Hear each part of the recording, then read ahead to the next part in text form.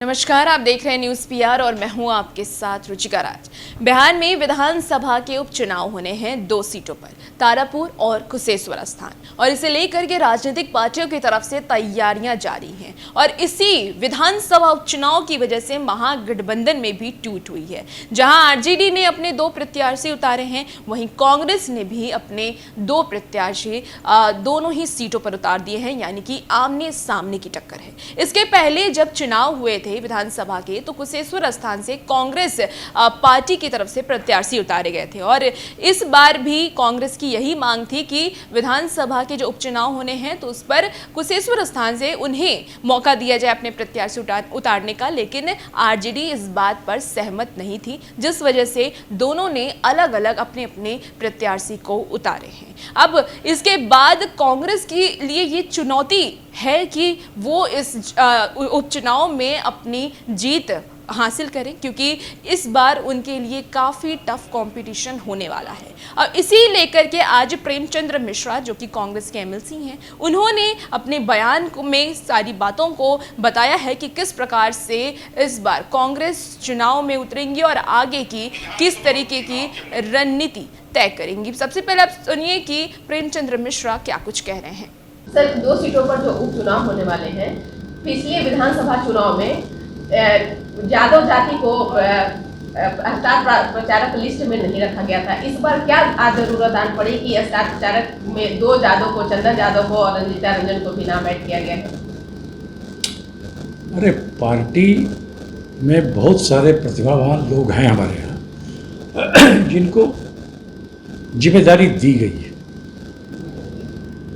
दोनों सीट पर प्रचार प्रसार करने के लिए, चुनाव कैंपेन को गति देने के लिए। चूँकि स्टार प्रचारक 20 लोग ही होते हैं और कांग्रेस एक राष्ट्रीय पार्टी, उसमें हमारे बहुत सारे ऐसे नेता हमने रखे हैं जो बिहार के बाहर के हैं। तो कुछ लोग जिनको स्टार प्रचारक में हमने समायोजित नहीं कर पाया, उनको अलग से जिम्मेदारी दी है। पार्टी हर उस कार्यकर्ता और नेता का इन्वॉल्वमेंट चाहती है इस चुनाव में, जिससे हमको ताकत मिले, हमारे प्रचार को बल मिले। इसलिए कोई ऐसा नहीं कोई छूट गए और इसे किसी जाति विशेष को ध्यान में रखकर किया गया है। कांग्रेस में ऐसा कुछ नहीं होता। हम अपने पार्टी नेताओं को जातिगत आधार पर उनका चयन नहीं करते, हम उनको उनकी क्षमताओं के अनुसार जिम्मेदारी देते हैं। कोई ऑब्जर्वर बनाए जाते हैं, कोई इंचार्ज बनाए जाते हैं, कोई स्टार प्रचारक होते हैं। इसलिए इसमें कोई दूसरे दृष्टिकोण से देखने की आवश्यकता नहीं। 2 सीटों पर जो उपचुनाव होने वाले हैं, क्या लगता है कि राजद भी कम नहीं है और कांग्रेस भी कम नहीं है? क्या लगता है कि जो टक्कर जो बराबरी की है? देखिए, कांग्रेस के लिए एक चुनौती भरा उपचुनाव है। इस उपचुनाव के परिणाम हमारे भविष्य की राजनीति को एक दिशा देगी और एक लाइन तय होगी कांग्रेस को किस हिसाब से राजनीति बिहार में करनी है। पिछला चुनाव हम गठबंधन में लड़े थे, लेकिन हमारे सहयोगी ने इस उपचुनाव में हमें वो सीटें न दी जहां हमको बहुत ज़्यादा वोट भी आया था। वो उनका एक तरफा फैसला था, वो अपना फैसला लें। हमें चुनाव लड़ना है और हम पूरी ताकत से लड़ेंगे, और हमारा मानना है हम जीतने के लिए चुनाव लड़ रहे हैं और हम चुनाव जीतेंगे। जो हमारे कार्यक्रम है, जो हमारे चुनाव का मुख्य मुद्दा होगा इस उपचुनाव में, क्यों कांग्रेस को वोट दें और क्यों जेडीयू प्रत्याशी को हराएं, उस आधार पर हम जा रहे हैं। हमारा कैंडिडेट अपेक्षाकृत युवा है, साफ सुथरा छवि का है। दोनों सीट पर जो मेरे कैंडिडेट हैं उनकी छवि अच्छी है। बाकी दलों के जो प्रत्याशी हैं उनकी छवि दागदार है। तो जनता को चुनना चाहिए कि आप अच्छे प्रतिनिधि का चयन करिए और सरकार के क्रियाकलापों का मूल्यांकन भी करिए।